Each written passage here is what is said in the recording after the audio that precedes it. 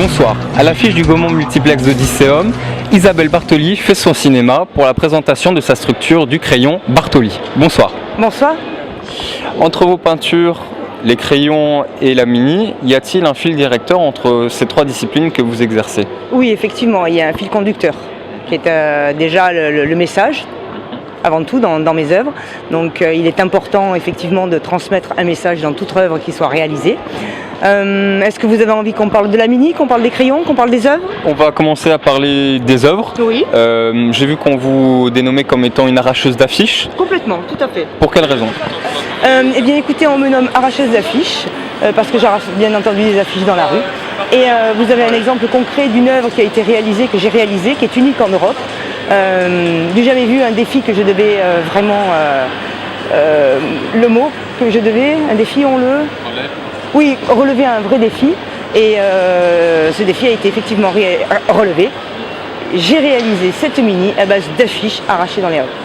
Quelle a été la technique utilisée pour produire une mini complètement originale et unique? Tout à fait, unique effectivement. La technique, eh bien écoutez, ce sont plusieurs aplats, on va dire, de peinture, de vernis, de collage, et puis surtout un temps de séchage beaucoup plus long et un travail très minutieux, parce qu'après il fallait que je repasse chaque endroit et que je ne vais pas donner toute ma technique, c'est un secret. Avez-vous procédé selon une technique que l'on utilise pour une fresque, donc avec un fil directeur, ou est-ce juste des aplats aléatoires? En fait, mon travail est essentiellement un travail à l'instinct. Je travaille uniquement à l'instinct et je fonctionne beaucoup par image. Donc des images me viennent et du coup des affiches s'entremêlent et j'appose sur l'œuvre. Identiquement sur mes œuvres que j'expose également.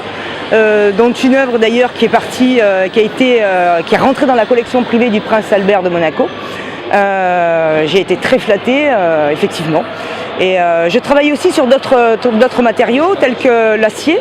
Je travaille sur plusieurs supports, dont une table que j'ai réalisée effectivement, qui a été vendue au directeur mondial marketing de chez Renault, avec la collaboration d'un artiste ici qui est designer. Benjamin Osier, si je peux le nommer. Oui, vous utilisez plusieurs supports qui révèlent une identité artistique très colorée, très urbaine et très pop. Comment êtes-vous passé du design, de la peinture à la sculpture par les mini et donc par le sujet du crayon? Alors le crayon, c'est avant tout l'histoire de la vie et avant tout l'histoire de ma propre vie. Ça a été pour moi un facteur déclenchant lors des événements qui se sont déroulés en janvier 2015, surtout cette foule et cet engouement et ce partage et cette union de force qui m'a en fait réveillé cette émotion personnelle que j'ai vécue très jeune, à mon âge, à 6 ans, lors du décès de mon père. Et je considère que le crayon, avant tout, est le premier outil majeur d'expression que l'enfant utilise. Alors j'ai réalisé cette sculpture, surtout autour de la couleur, parce que je suis avant tout coloriste. Et c'est un message dont j'avais envie de faire passer, un message de sérénité, un message de joie, de bonheur, de couleur. Et d'ailleurs, j'ai un slogan qui dit « Bi Bartoli, bi positive ». Donc la couleur autour des crayons, bien entendu, vous pouvez en trouver aujourd'hui quelques-unes qui vont se décliner dans différents coloris également, bicolores, tricolores. Mais l'histoire du crayon, c'est... vous savez, je dis souvent que la couleur, c'est le secret du bonheur. Voilà. Et pour moi, le crayon, aujourd'hui, dans toutes ses couleurs, c'est de faire effectivement passer un message de bonheur, avant tout. Pour quelle raison placez-vous l'enfant au cœur du crayon? L'enfance, c'est déjà pour moi une histoire qui m'est personnelle. Depuis toute petite, mes crayons de couleur me suivent, on va dire, dans ma mallette.